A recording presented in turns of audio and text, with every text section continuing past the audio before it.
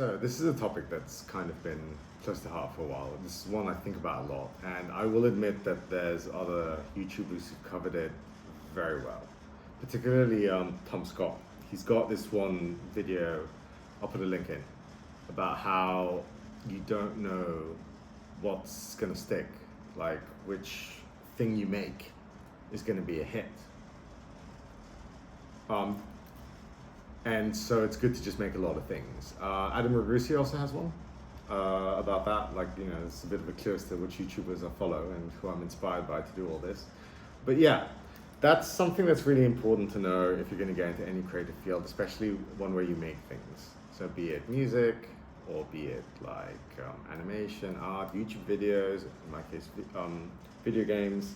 You don't know what's going to stick. You don't know what's going to be a hit. I certainly was shocked.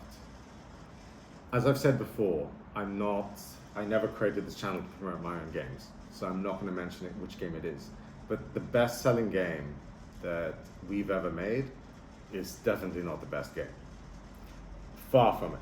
It was actually an experimental game that was a bit odd, but got a lot of traction with YouTubers and streamers because it was a bit of an odd game, and it ended up selling well. And it just goes to show that you just absolutely never know what's going to stick and what's not. And so the only real solution is just to keep making stuff. And then some things will stick, some things won't. Don't make the same thing all the time. I know that sounds stupid, but some people do make the same thing all the time. And then they expect things to change. You have to vary things a little bit. Also for your own sanity, for your own enjoyment of your craft. If you find that a certain thing is a hit and makes you money, and each time you make it, yeah, you make money, that's fine. But you will reach a point where either the people who regularly consume your content are gonna go, what, this again? And you're gonna lose them. Or that it'll show that you're bored of making what you make. And then again, people are gonna see it and go, this is not so inspired. You see it a lot with YouTubers and them burning out, but I feel it's also true with video game designers, musicians and stuff like that.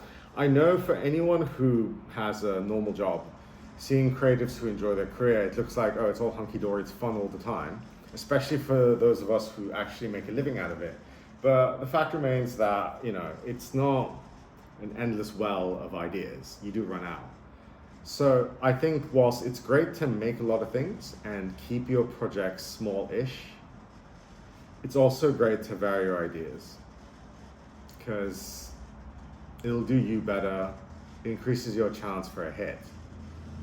But at the same time, you've got to thread the needle, because if you make something a bit too crazy, it might not really work out financially. And I know you hear these crazy stories about, you know, people who are revolutionary in their industries. There's a reason why you hear the stories. It's survivorship bias. You're hearing about it because it was an odd event that created a hit. But for the most part, if you want to make money, you have to make something that is well made, is a little bit predictable, but still does one thing a little bit different enough so that, you know, people are still entertained. So yeah, you can't predict your hits.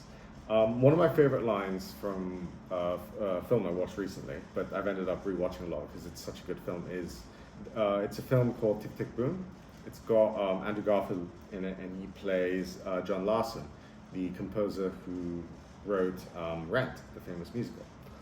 And so he has a showing for his first musical, and the producers who attend don't like it enough to fund it. They like it musically, they think it's great. But they're like, okay, show me your next one. And then he gets depressed and calls his agent, and his agent goes, time to sharpen those pencils.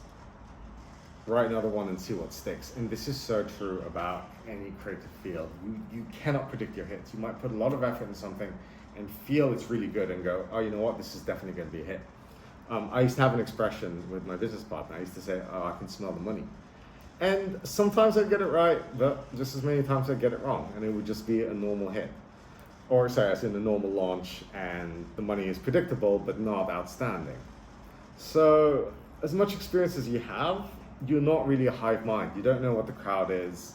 You don't know what they want. You don't know how the algorithm's gonna affect you. You don't know if you're gonna have a lucky day or an unlucky day on the day you launch. So The only solution I say is love what you do and just keep making what you make, but then keep the scope realistic. So you can just keep making new things and keep trying new things. Because I certainly find that when making a video game or writing a song, the most fun part's the beginning part. Because that's when all the ideas are rushing in, that's when it's all brilliant. It's hard to finish. And if you see yourself too much as an artist sometimes and see everything as your magnum opus, finishing can be really hard. But that's why I think it's better to just take it more as something you enjoy making, and you made it anyway, and therefore it's available to the world. Like, great job. And I'm just going to end on a quote I heard from a recording studio producer that I worked with back in the day when I was in that industry. He said that on the same day he recorded a classical album and a hip-hop album. And then the people who were doing the classical album were a bit shocked at how much the people who were recording the hip-hop album recorded in a day. And the guy who was composing and producing the hip-hop album, he actually said, we're both artists, but we do things a different way. Your work is like, I think he said something like a fine china plate. You spent a long time working on it, and that's what it is. For me, I like to create a lot of content for my public. So I don't delve into little things as much. I just enjoy writing songs, and he sees it more as a paper plate. That you can still get a great meal from both, but for him, he sees it that he'll get another paper plate. And I actually think the paper plate way is the better way to go. It might sound from that story that one is dissing the guy with the paper plate, the hip hop artist, but actually I don't. I actually think that's the right way to do it. And honestly speaking, that's probably why he's financially a lot more successful than the guy who was writing the classical album, because I heard about how they both did after.